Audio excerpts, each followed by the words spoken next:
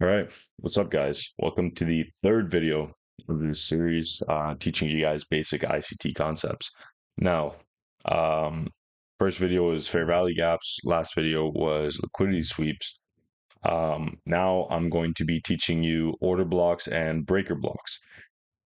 Now, this isn't really something I tend to use too much um, as P arrays, just because I don't think that I'm not as good at spotting probable and least probable order blocks and breaker blocks.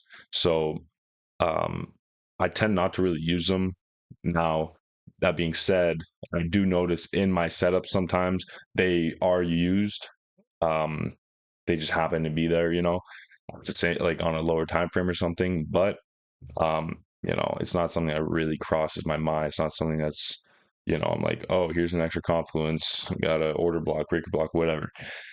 Um, yeah, for me, it's not really, a huge thing. But I'm going to teach it to you guys anyways because depending how you trade, they are important.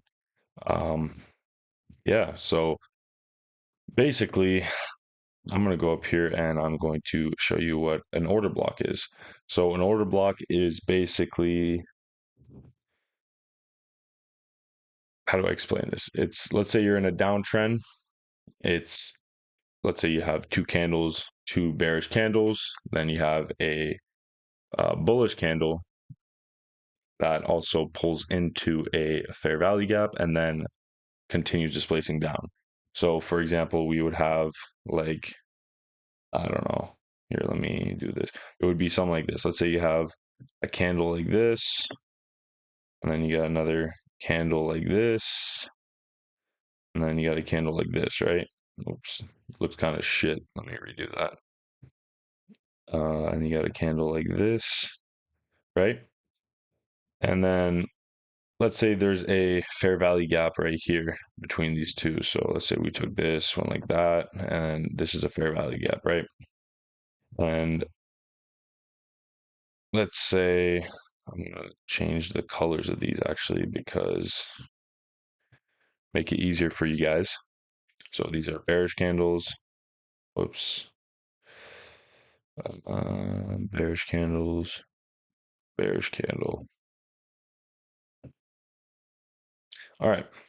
So we have down closed candles and then a fair value gap. So an order block in this case would be if, where'd it go? There we go. If, let's say we close here and then there was a candle that came back up like that. And this was a bullish candle. And then with that, we continued displacing lower from there. Sorry. Just gonna do like that. Oh shit. Sorry, this is kind of annoying.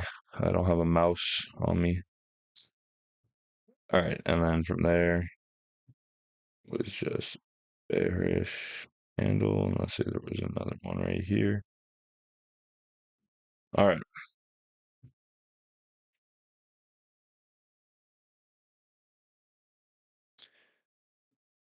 Now, your order block, like I said, would be this right here, this candle right here.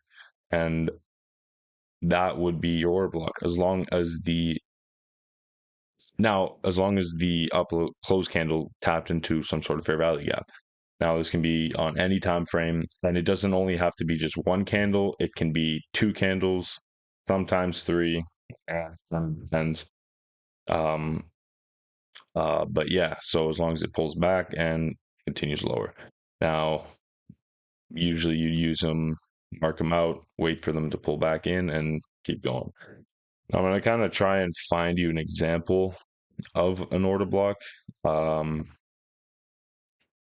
right, so here's an example of an order block, right? So we had up close candles, there's a fair value gap right here, and down close candles tapped it, right? And then we kept going above. Now, how I mark them is the last candle or the candle that touches said fair value gap. I just put a line, call that an order block. And usually, price trades above and then bounces off. Here it was kind of choppy, and it's also the lower time frame, so it kind of doesn't really hold much power. But that's kind of the idea of order blocks. They can not only just be um, candles that trade into fair value gaps, they can also be candles that take liquidity. For example, this would be an order block right here. So you can mark it out like I like to mark it out like this. That would be your order block because it is the last candle sweeping liquidity, and obviously up close candles. And yeah, so you could use that as an order block. Again, it's only a 1 minute, so it's not like super probable, but those are basically order blocks in a nutshell. Um, People teach them differently. This is how I learned them, and it's going to be how I continue to teach them and learn. Um, and yeah, now getting into breaker blocks.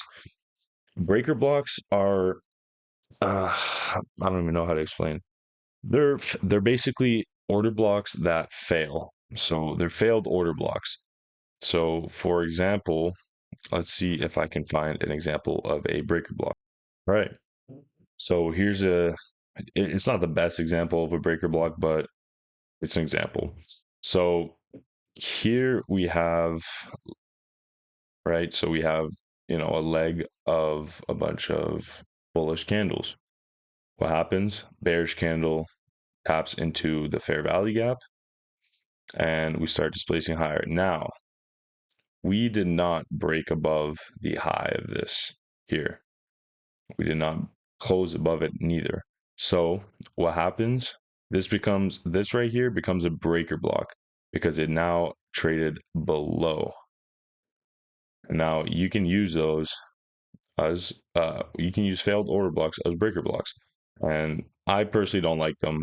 I haven't back tested them enough to put full confidence in using them as a PD array, but uh, people swear by them. So, I mean, yeah, I would basically just mark it out like this.